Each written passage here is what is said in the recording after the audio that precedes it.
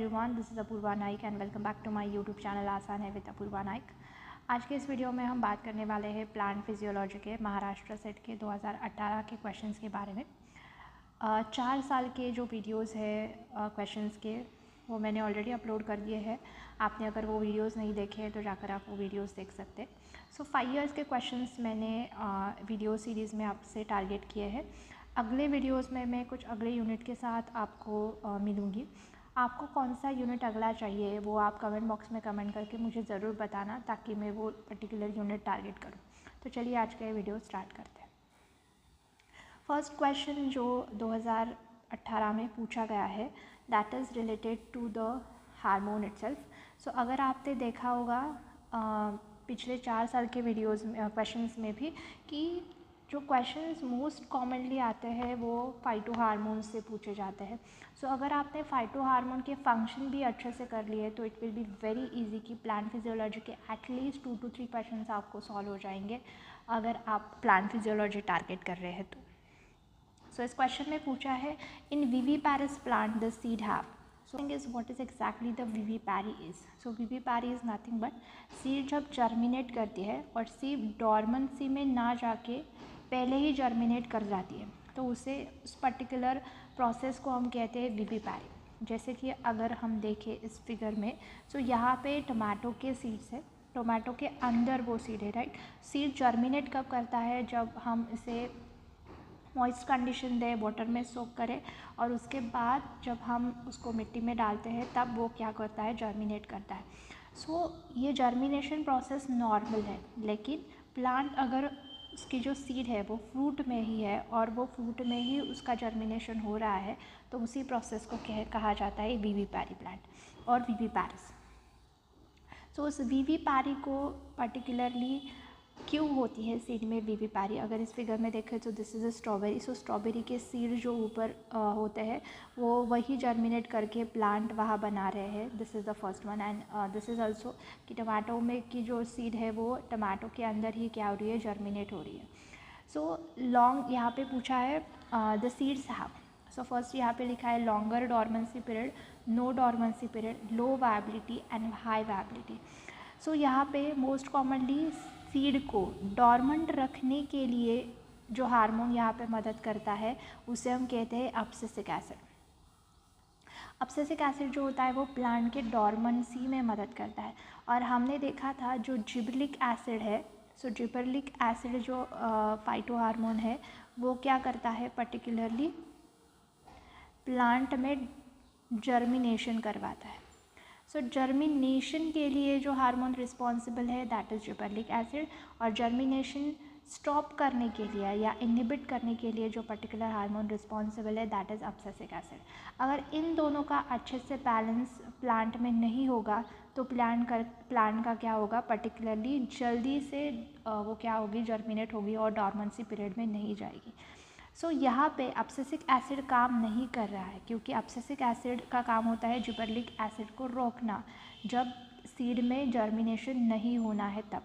इस केस में अब्सिसिक एसिड की अमाउंट नहीं है, इसीलिए प्लांट क्या कर रहा है? जल्दी जर्मिनेट कर रहा है। इसीलिए यहाँ पे एक चीज़ हो रही है कि यहाँ पे डॉर्मेंसी पीरियड ही नहीं है। डॉर्मेंसी पीरियड नहीं है, इसीलिए क्या कर रही है? सीड जल्दी से जर्मिनेट हो रही है और उसी प्रोसेस को हम कहते हैं vivipary. So I hope you got this question. और इस पर्टिकुलर क्वेश्चन का जो आंसर है दैट इज़ बी, कि इस सीड में अगर डॉर्मेंसी नहीं है, डॉर्मेंसी पीरियड नहीं है, इसीलिए प्लांट क्या कर रहा है? जल्दी पर्टिकुलरली जर्मिनेट हो रहा है। I hope this question is clear to all of you. The question answer of this particular question is B. यहाँ पे दिया है during fruit ripening one of the main hormone playing an important role is. So अगर ये देखें तो this is also a question related to the phyto hormones. यहाँ पे पूछा है पर्टिकुलरली राइपनिंग के लिए कौन सा फाइटो हार्मोन रिस्पॉन्सिबल है। सो हमें ये ईजिली पता है, हम बनाना की राइपनिंग भी देखते हैं। सो राइपनिंग के लिए जो फाइटो हार्मोन रिस्पॉन्सिबल होता है, ये एक ही हार्मोन ऐसा है जो गैसेस फॉर्म में प्रेजेंट होता है। सो गैस फाइटो हार्मोन एक ही है, that is an ethylene. So ethylene is an hormone which responsible for the ripening of the fruits. So इस क्वेश्चन का आंसर जो है वो है ए। के बाद एक क्वेश्चन यहाँ पे पूछा गया है, this is related to the water translocation के water transportation in the plant. So plant में जो वाटर ट्रांसपोर्ट होता है वो 3 वेज में होता है, और जिसे हम कहते हैं एपोप्लास्टिक ट्रांसपोर्ट, सिम्प्लास्टिक ट्रांसपोर्ट और ट्रांसमेम्ब्रेन ट्रांसपोर्ट। सो इसमें से एपोप्लास्टिक ट्रांसपोर्ट से ये क्वेश्चन पूछा गया है। यहाँ पे पूछा है apoplastic transport of water in the plant take place.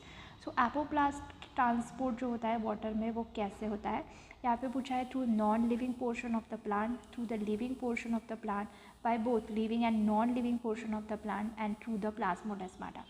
अगर इस फिगर को हम देखें तो we can easily interpret that plastic ऐसे 2 ट्रांसपोर्टेशन बताया है। अगर हम यहाँ पे देखें जो एरो ऊपर की तरफ दिखाया गया है दैट विद दिस वन, सो ये जो ट्रांसलोकेशन प्लांट वाटर का हो रहा है this is from the non living part, जो कि हम नॉन लिविंग पोर्शन कहते हैं, सेल वॉल का पोर्शन, उस सेल वॉल के पोर्शन में से वो प्लांट का ट्रांसलोकेशन हो रहा है। सो इसे ही हम कहते हैं apoplastic translocation.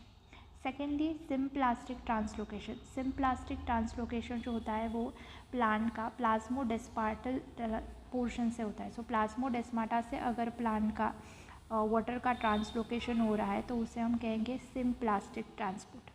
So first is apoplastic transport जो नॉन लिविंग पार्ट से होता है। और एक चीज़ यहाँ पे अगर हम क्लियर करें तो प्लांट मूव करता है from epidermis to cortex, cortex to endodermis and endodermis से पेरिसाइकल। सो इस वे में जो प्लांट वाटर है वो मूव करता है। अगर हम यहाँ पे देखें तो एक चीज़ यहाँ पे याद रखना ज़रूरी है कि जो एंडोडर्मिस होता है वहाँ पे होता है कैस्पेरियन स्ट्रिप, और ये कैस्पेरियन स्ट्रिप जो होती है एपोप्लास्टिक ट्रांसपोर्ट को क्या करती है, ब्रेक करती है। सो जो कैस्पेरियन स्ट्रिप है वो सिम्प्लास्टिक ट्रांसपोर्ट को नहीं रोकती, ये एपोप्लास्टिक ट्रांसपोर्ट को रोकती है। ये आपको याद रखना है, इससे भी क्वेश्चन पूछा जा सकता है, CSR में इससे क्वेश्चन पूछा गया है। सो एपोप्लास्टिक ट्रांसपोर्ट जो होता है वो most commonly non living portion of plant से होता है, और सिम्प्लास्टिक ट्रांसपोर्ट जो होता है वो मोस्ट कॉमनली प्लाज्मोडेस्माटा से होता है। सो यहाँ पे हमें स्पेसिफिकली पूछा गया है एपोप्लास्ट के बारे में। सो एपोप्लास्टिक ट्रांसपोर्ट होता है non living portion of the plant. So ए जो आंसर है इस पर्टिकुलर क्वेश्चन का है। I hope you got this question. अगला क्वेश्चन जो यहाँ पे पूछा है this is related to the sugar translocation. So sugar translocation और फूड ट्रांसलोकेशन जो होता है वो यहाँ पे पूछा है, उसके रिलेटेड ये क्वेश्चन है। यहाँ पे पूछा है in polymer trapping model the phloem loading raffinose and stachyose are synthesize in the. So polymer trapping model ऐसा एक मॉडल है जिससे ये एक्सप्लेन करते हैं कि प्लांट में जो शुगर का ट्रांसलोकेशन होता है वो किस तरह से होता है। सो अगर हम देखें तो प्लांट में बंडल शीट सेल है, इंटरमीडिएट सेल है एंड स्लीव सेल्स है। यहाँ से प्लांट में क्या होता है, शुगर का ट्रांसपोर्टेशन होता है। हमें पता है प्लांट में जो शुगर ट्रांसलोकेट होती है this is the sucrose, right. So sucrose जो है वो ट्रांसलोकेट होती है from bundle sheath cell to the intermediate cell, और इंटरमीडिएट सेल में इस सुक्रोज के ऊपर गैलेक्टोज ऐड कर दिया जाता है और फॉर्मेशन होता है स्टार्चिलोज, रैफिनोज एंड वर्बिलोज का। सो इस सुक्रोज के ऊपर जब गैलेक्टोज ऐड होता है और गैलेक्टोज ऐड होके ये रैफिनोज क्या होती है, आगे की तरफ मूव कर दिए जाते हैं। अगर यहाँ पे आप देखें सो ये रैफिनोज क्यों बनता है इंटरमीडिएट सेल में, इसका कारण ये है कि अगर यहाँ पे रैफिनोज बना तो ये शुगर क्या कर पाएगी, ये जो रैफिनोज का स्ट्रक्चर है ये बढ़ा हुआ है, राइट। सो ये बैकवर्ड मूवमेंट नहीं कर पाएगी इंटरमीडिएट सेल से बंडल शीट सेल में। सो इस रैफिनोज को आगे ही बढ़ना होगा स्लीव्स एलिमेंट में। सो इस तरह से इस शुगर का ट्रांसलोकेशन हो जाता है और ये शुगर बैक मूव नहीं कर पाती। इसीलिए ये जो सुक्रोज है उस सुक्रोज पर गैलेक्टोज ऐड कर दिया जाता है और उसका फॉर्मेशन रैफिनोज में या फिर स्टार्चिलोज में कर दिया जाता है और फिर ये स्लीव एलिमेंट में पास कर दी जाती है। क्वेश्चन यहाँ पे ये पूछा है कि रैफिनोज और स्टार्चिलोज कहाँ पे सिंथेसाइज होती है। सो रैफिनोज एंड स्टार्चिलोज जिस सेल में सिंथेसाइज होती है this is nothing but the intermediate cell. So C जो है इस क्वेश्चन का आंसर है, जो इंटरमीडिएट सेल में ये राफिनोज एंड स्टार्चिलोज का फॉर्मेशन होता है और फिर ये इंटरमीडिएट सेल से आगे के सेल में पास कर दी जाती है थ्रू एन प्लाज्मोडेस्माटा।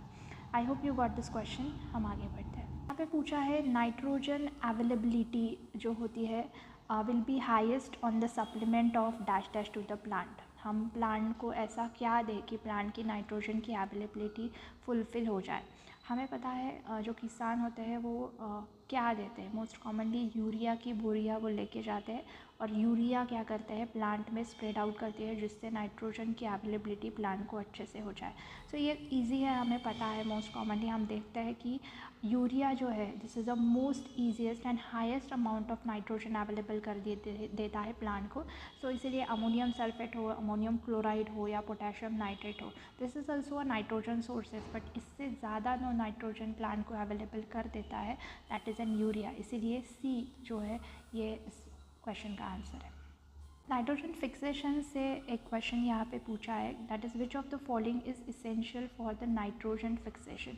हमें पता है प्लांट जो होते हैं वो खुद का नाइट्रोजन खुद नहीं फिक्स कर पाते, इनको बैक्टीरिया की ज़रूरत होती है जिसके कारण वो क्या कर पाए, अपना जो नाइट्रोजन है वो फिक्स कर पाए। सो प्लांट के पास होते हैं नोड्यूल्स और उस नोड्यूल्स में होते हैं पर्टिकुलरली लेग हीमोग्लोबिन, राइट। सो लेग हीमोग्लोबिन क्या करता है, ऑक्सीजन को बाइंड करके रखता है। ऑक्सीजन को बाइंड करके रखने के कारण जो बैक्टीरिया है जिसके पास नाइट्रोजनीस एंजाइम है, वो एंजाइम ऑक्सीजन फोबिक है, मतलब उनको ऑक्सीजन मिला तो वो क्या कर पाएगा, वो काम नहीं करेगा। इसीलिए प्लांट के पास जो होता है लेग हीमोग्लोबिन वो ऑक्सीजन को पकड़ के रखता है और बैक्टीरियाज क्या करते हैं, नाइट्रोजन फिक्स करके प्लांट को देते हैं। सो इसीलिए नाइट्रोजन फिक्सेशन करने के लिए कौन सी चीज़ यहाँ पे इम्पॉर्टेंट है, ऑप्शन में दिया है anthocyanin, flavonoid, fatty acids and derivatives and leg haemoglobin. So leg haemoglobin जो होते हैं this is very important which is help in nitrogen fixation by the bacteria. So leg hemoglobin is a hemoprotein found in the root nodule of the plant fixing nitrogen fixing plant, particularly legumes. So it is an important role in symbiotic relationship between the plant and nitrogen fixing bacteria, acting as a oxygen carrier to protect the nitrogenase enzyme from an oxygen damage. सो ये nitrogenous enzyme होते हैं वो oxygen से damage हो जाते हैं और ये प्रोटेक्ट करने के लिए लेग हीमोग्लोबिन क्या करता है, ऑक्सीजन को बाइंड करके रखता है, which providing an oxygen for bacterial respiration. Leg haemoglobin is synthesised by the plant and it's key component of nodular tissue. So इसीलिए leg haemoglobin important role play करता है नाइट्रोजन फिक्सेशन के लिए। I hope you got this particular question. इसके बाद का जो question पूछा है this is also related to the phyto hormone itself. बोला है कि dash dash is not naturally ऑक्यूरिंग plant phyto growth regulator and it is does not occur as a base in DNA of any species. So most commonly जो phyto hormones होते हैं कुछ synthetic होते हैं, मतलब कुछ हम बनाते हैं और कुछ नेचुरली प्रेजेंट होते हैं। सो इंडोल 3-एसिटिक एसिड जिसे हम IAA कहते हैं, this is an auxin which is the natural form जो है ऑफ ऑक्सिन है। इसके बाद जियाटिन जो है, so zeatin is a cytokine which is also a natural form of cytokine. And gibberellin, of course gibberellins जो है वो natural form of phyto hormone है।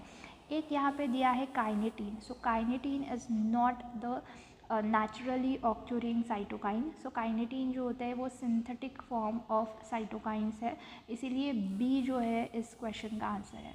So I hope you got this question. So इसीलिए B जो है ये इस क्वेश्चन का आंसर है। क्वेश्चन यहाँ पे पूछा है रिलेटेड टू द फोटो रिस्पिरेशंस। अगर आप देखें तो फोटो रिस्पिरेशन से भी इससे पहले क्वेश्चन आया हुआ है। सो यहाँ पे पूछा है photo respiration the release of CO2 occur from. So CO2 का रिलीज़ कहाँ से होता है, मैंने पहले आपको बताया था कि फ़ोटो रिस्पिरेशन ये है जिसमें 3 ऑर्गेनल्स इन्वॉल्व होते हैं, जिसे हम कहते हैं क्लोरोप्लास्ट, उसके बाद है पेरोक्सिसोम और उसके बाद है माइटोकॉन्ड्रिया। सो इसमें अगर माइटोकॉन्ड्रिया में हम देखें तो माइटोकॉन्ड्रिया में ग्लाइसिन के 2 मॉलिक्यूल्स होते हैं। ग्लाइसिन के 2 मॉलिक्यूल से यहाँ पे कार्बन डाइऑक्साइड रिलीज़ होता है और वो क्या बनाता है, सीरीन बनाता है। सो यहाँ पे कार्बन डाइऑक्साइड का रिलीज़ होता है। सो कार्बन डाइऑक्साइड किससे रिलीज़ होता है, सो वो ग्लाइसिन से रिलीज़ होता है। इसीलिए इसका जो आंसर है that is D. So glycine से CO2 रिलीज़ होता है। आपको ईच एंड एवरी स्टेप पता होनी चाहिए अगर आप इजीली ऐसे क्वेश्चन को सॉल्व कर पाए। सो इसीलिए D is the answer of this question. I hope you got this question. इतने ही सारे क्वेश्चन जो है वो 2018 से पूछे गए थे। If you have any query regarding any question you can ask me on the comment box, और if you like this video is helpful to you, then please don't forget to subscribe my channel. Thank you so much for watching this video guys. All the best, keep learning, and bye bye.